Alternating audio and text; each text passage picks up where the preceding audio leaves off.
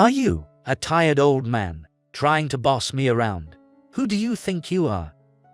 Suddenly, a cold liquid began dripping down my head. Caught off guard by the sudden chill, I couldn't grasp the situation immediately. But the strong smell of alcohol wafting from me made me realize that the new employee had thrown his drink at me. I didn't mean to boss him around. I had merely tried to calm him down a bit, but it seems he misinterpreted it in his drunken state. This was supposed to be a special celebration. I intended to handle it quietly, but I could no longer tolerate it. My dad's the CEO, you know. As his son, I'm invincible. But even as he saw my stern face and attitude, he failed to grasp the gravity of the situation. He must have been excused for everything up until now by his father's influence. If he's going to flaunt his power, then let's see how he handles someone with even greater power. When he discovers who I really am, he will plummet into the abyss. My name is Tim. As the president of a company handed down by my father, I had dedicated myself to growing the business. Now approaching 60, I had passed the president's chair to my experienced son and was living a retired life as the chairman. During my presidency, I used to visit subsidiary and affiliated companies daily, traveling for work, keeping busy. Retirement brought more free time and a more relaxed lifestyle. Then, one day, the company celebrated its 100th anniversary with a commemorative party. The event was set to be a significant one. It would have executives from group companies and also subcontractors and business partners, making it a large-scale party. Although the current president, my son, took over public appearances, as the chairman, I had to show up for such a milestone event. Honestly, I'm not keen on public speaking, but due to my position, I had no choice but to attend reluctantly on the day of the party. Although the venue was spacious, it was bustling with many executives. Overwhelmed by the crowd, I, as the chairman, was even more nervous about having to give a speech. But I also knew that I had to switch gears, so I started making rounds, greeting executives of subsidiaries and contractors. That is. In the midst of that, a peculiar figure caught my eye. A young man with an odd aura was walking towards me from the back. Feeling uneasy about his strangeness, I took a closer look and saw his face was flushed, his eyes were wild, and he staggered as he walked. He seemed to be drunk, having probably had too much to drink. Despite feeling overwhelmed by his odd aura, I preferred to avoid any interaction with him, but nearby was an executive from one of the largest subsidiaries, and our eyes met. Once our eyes met, I couldn't look away, and I walked over to greet the executive. Though I was aware of the man, it was a celebration for the company. I didn't expect him to ruin the party. Just as I was about to speak to the executive, the strange man bumped into me. Ouch. The collision was strong, causing pain in my shoulder. Hey, you. Do you know who I am? Watch where you're going. The man glared at me and complained, but I had been walking straight. He was the one who bumped into me from the side. His accusations were unreasonable, and I stood there dumbfounded. Just then, an executive who had seen the whole thing stepped in. Hey, you've had too much to drink. What? I haven't drunk that much. More importantly, I need to make this old man understand. Although the executive tried to calm him down, the young man wouldn't listen, and the executive looked troubled. Tim, this is Tyler, the son of our company's president. Oh, the president's son. Nice to meet you, Tyler. I am. Just as I was about to introduce myself, I was interrupted rudely.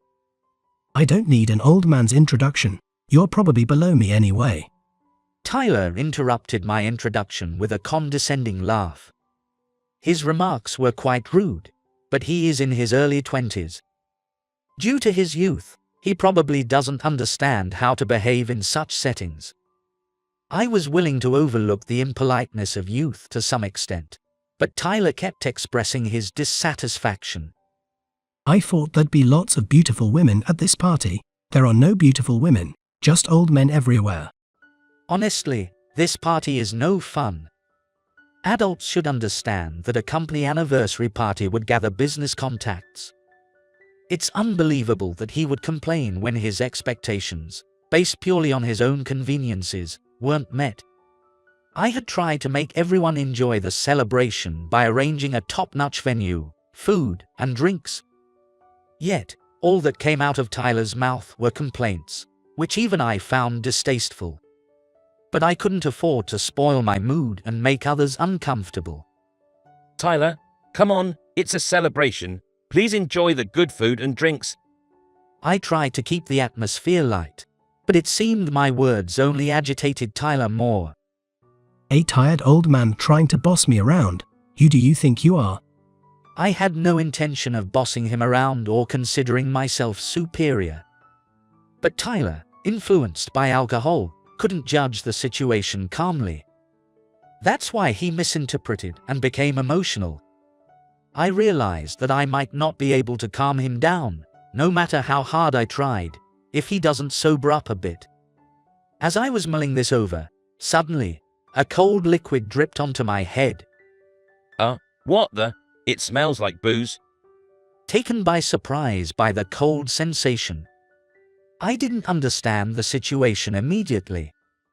But the strong smell of alcohol coming from me made it clear that Tyler had poured his drink on me. Just a pitiful old man trying to tell me what to do. This is what you get for not understanding how different we are. Tyler said this smugly, but he's the one who doesn't understand. Tyler, do you realize what you've done? I had been trying to keep things peaceful, but I couldn't hide my anger after such an excessive act.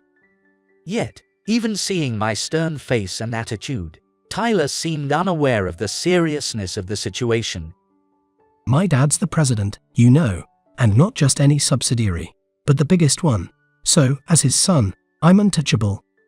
Tyler believes he's forgiven for anything because of his father's power.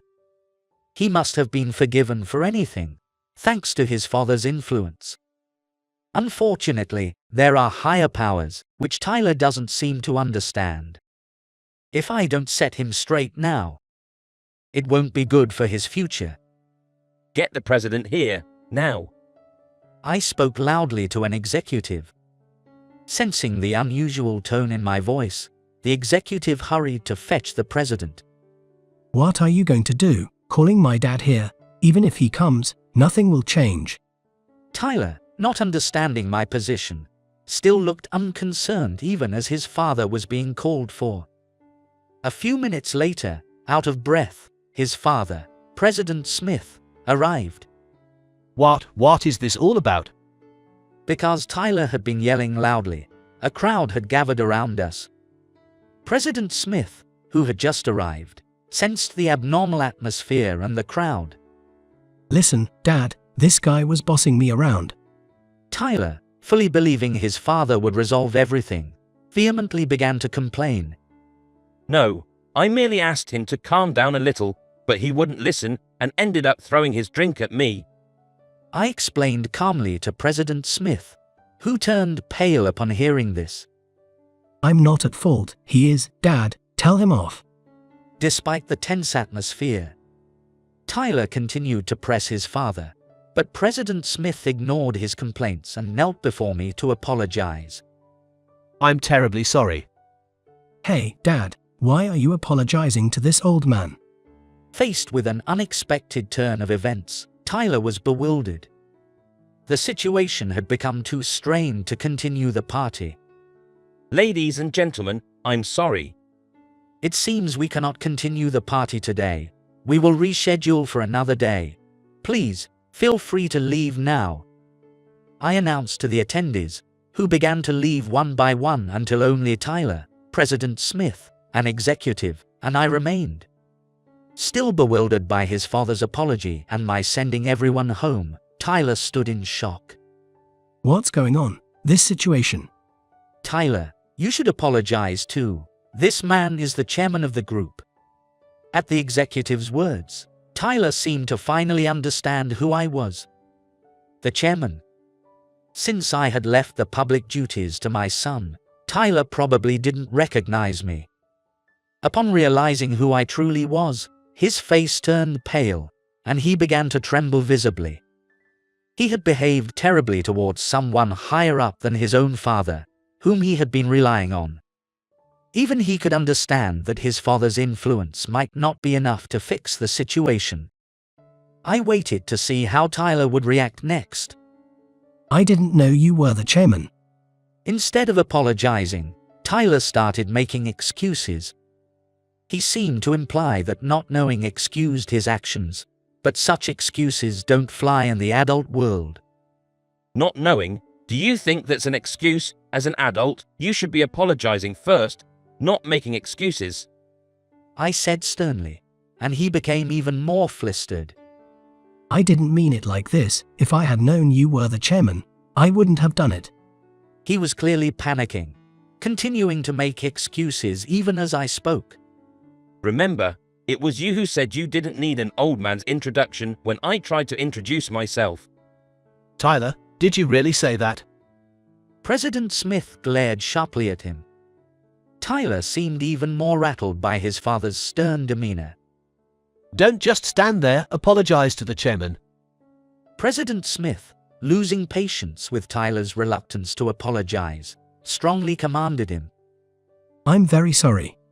Finally prompted by his father's firm stance, Tyler bowed his head and mumbled a quiet apology. Tyler seems to be a person with high pride.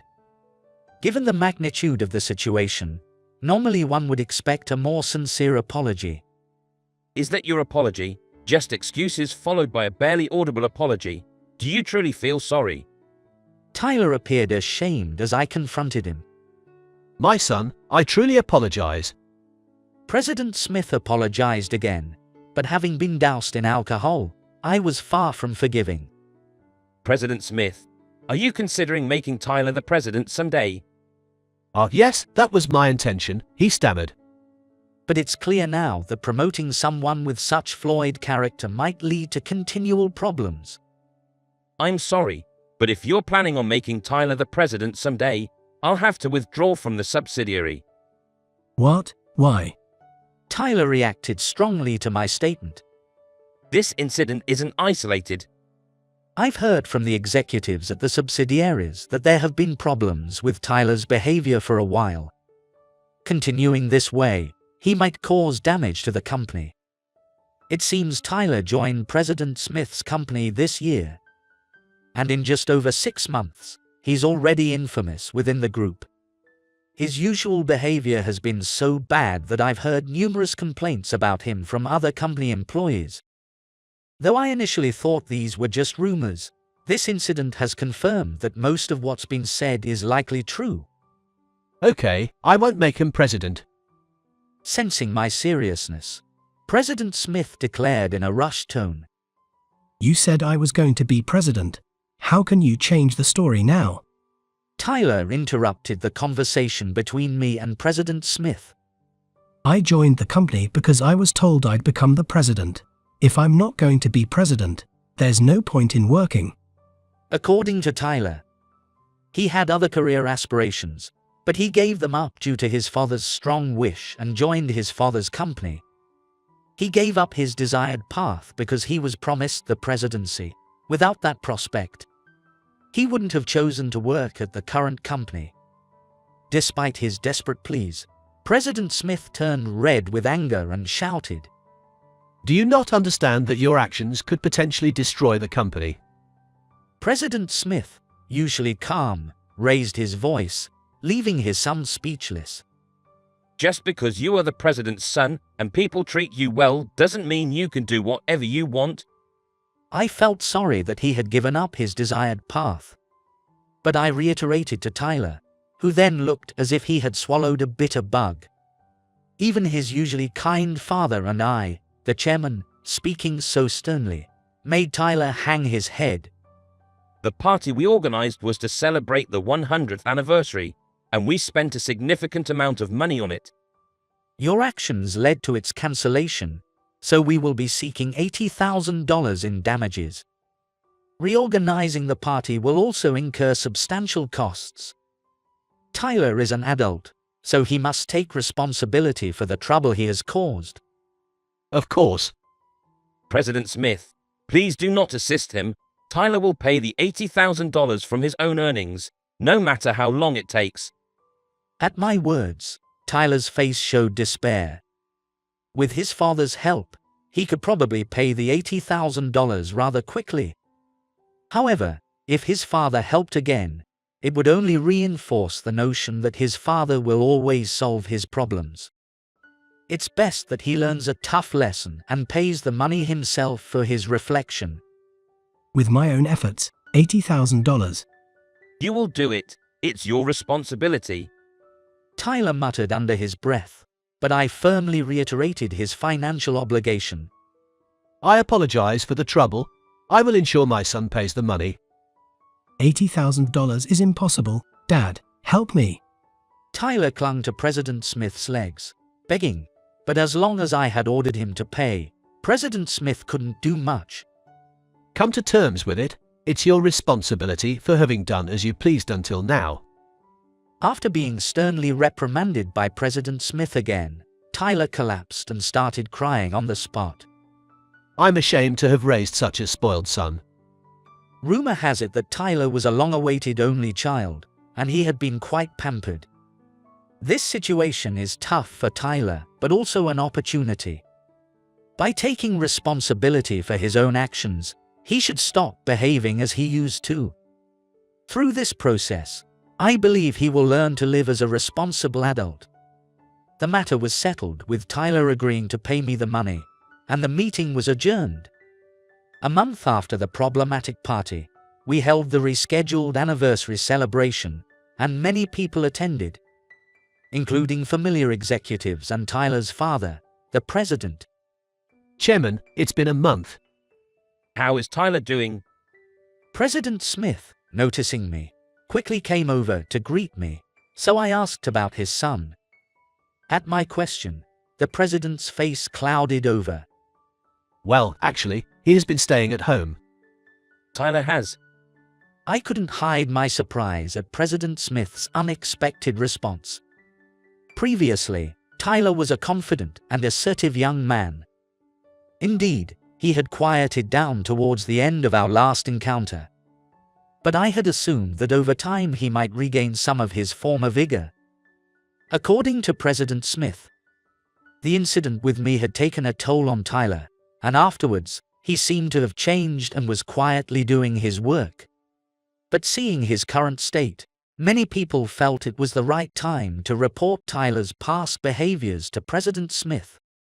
Since joining the company, Tyler had been flaunting his father's power, abusing senior employees, dumping work on colleagues, and acting as he pleased. He had reportedly threatened to fire anyone who complained to the president to keep the victims quiet, because they had been afraid of being fired. Employees who had previously been unable to speak out started coming forward one after another, leading to chaos within the company. The president confirmed the facts with Tyler, and it turned out that most of the allegations made by the employees were true. President Smith himself apologized to the employees, trying to resolve the situation as amicably as possible. Tyler also made efforts to apologize individually to each person, attempting to settle things smoothly, yet the resentment towards him among the employees seemed to have grown significantly. There were many calls for Tyler's resignation, but due to the repayment he owed me, President Smith could not easily let him go. Many employees found it hard to forgive Tyler easily, and he was met with harsh stares even when he did come to the office. After enduring such a tough environment for a week, by the following week, Tyler could no longer bear it and became unable to come to work. Since then, he has not been coming to the office. Hearing this, I felt somewhat sorry for Tyler, but it was also a consequence of his past actions coming back to haunt him. If he had simply worked normally without wielding power, none of this would have happened. There are also payments due to the chairman. Rest assured, we will find the right time to have Tyler work. Thank you for your concern. With the responsibilities of his own job and the need to rehabilitate his son, President Smith was indeed facing a challenging situation. Truly, my son has caused you trouble. If only I had educated him properly. President Smith expressed considerable regret about his parenting in light of the recent events and apologized to me again. Afterward, we engaged in several work-related discussions, and we managed to enjoy the party together. A few days after the party, as I was on my way to the office in a hired car, I noticed a familiar figure during a traffic stop. It was Tyler, but his demeanor had significantly changed. His face was gaunt, his hair unkempt, yet he was dressed in a fine suit, presenting a strikingly unbalanced appearance. Clearly, he was suffering mentally. Nevertheless, he was probably out because of the obligation to repay me, as arranged by President Smith. It was painful to see him like this, but this was the consequence of his own wrong actions. All I can hope for is that he continues to persevere. At the same time, this situation has made me reflect on myself and my own son. Seeing Tyler's situation has strengthened my resolve never to become someone who abuses power. I also plan to ensure my son understands what can happen if one misuses power, reinforcing this as a parent.